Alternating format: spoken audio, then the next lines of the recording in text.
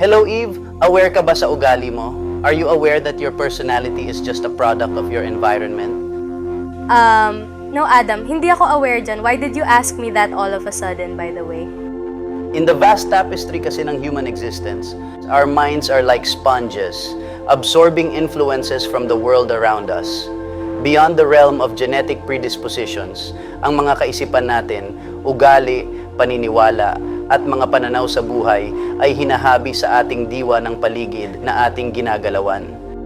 Our families and relatives, schools, the people we encounter, mga kaibigan, kakilala at hindi kakilala, the books we read, the videos and movies we watch, mga kanta o uri ng music ang ating pinakikinggan, different belief systems, iba't ibang bersyon ng katotohanan, at ang lahat ng mga karanasang ibinibigay sa atin ng mundo mula sa ating pagsilang hanggang sa kasalukuyan ay nag-iiwan ng tatak sa ating kaluluwa na maaaring di na mabura na siya ring humuhubog sa atin upang maging isang tauhan na kilala natin bilang tayo o kung anuman ang pagkakakilala natin sa sarili natin.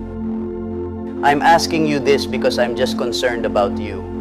Gusto ko lang din sanang subukang turuan kang makakita pa rin ng liwanag sa likod ng blindfold na gawa sa madidilim na impluensya sa iyo ng mundo at upang kalagan at palayain ang tunay na sarili mo mula sa mga kadena at rehas na likha ng iba't ibang bersyon ng katotohanang di sadyang pinaniwalaan mo para lubos mong makilala ang iyong sarili at para makita mo ang mundo sa mas mataas na pananaw at para mas malinaw mong makita ang bawat daan at mga paraang magbibigay kaganapan sa iyong mga mitiin at higit sa lahat ay para madagdagan ang pagkakaunawa mo sa kahulugan ng liwanag at dilim na para bang sila'y nilikhang iisa.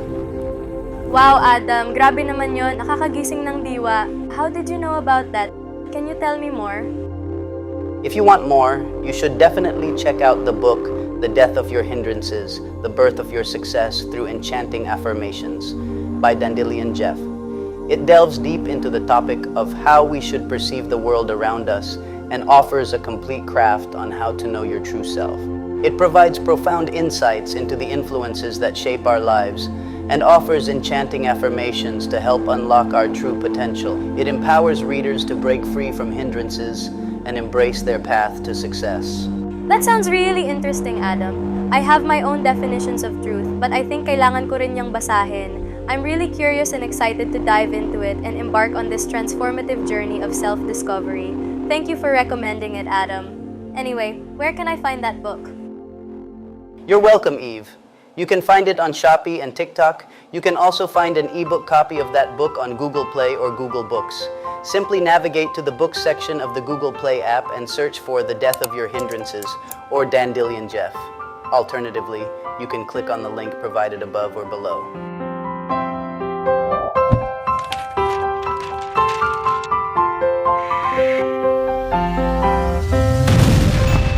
Dandelion Stories Season 2.